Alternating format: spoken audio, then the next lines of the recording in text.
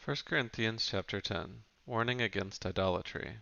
For I do not want you to become For I do not want you to be unaware, brothers, that our fathers were all under the cloud, and all passed through the sea, and all were baptized into Moses in the cloud and in the sea, and all ate the same spiritual food, and all drank the same spiritual drink.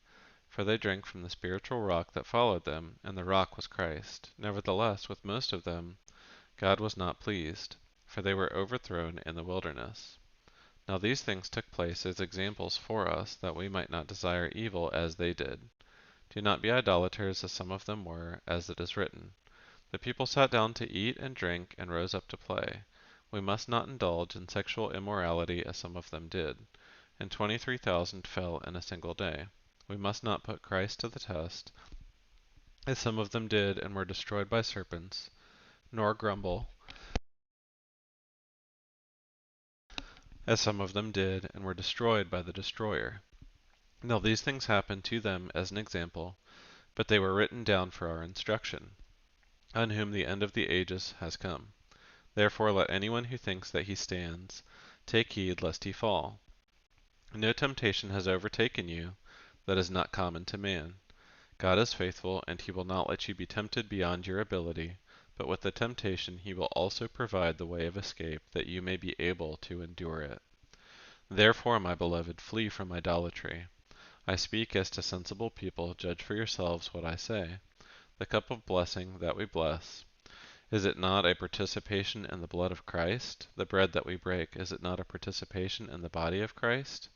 Because there is one bread, we who are many are one body, for we all partake of the one bread. Consider the people of Israel.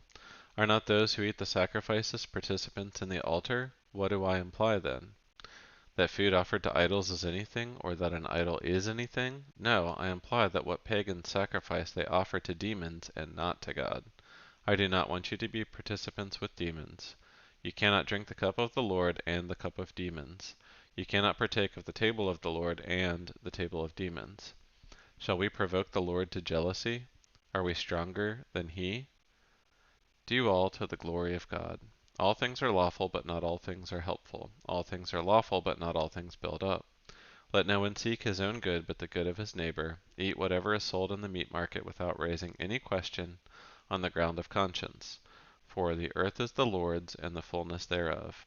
If one of the unbelievers invites you to dinner, and you are disposed to go, eat whatever is set before you without raising any question on the ground of conscience.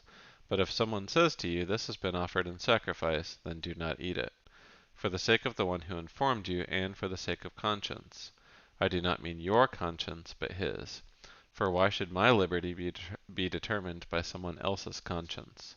If I partake with thankfulness, why am I denounced because of that for which I give thanks?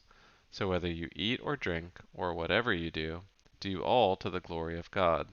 Give no offense to Jews or to Greeks or to the church of God, just as I try to please everyone in everything I do, not seeking my own advantage, but that of many, that they may be saved.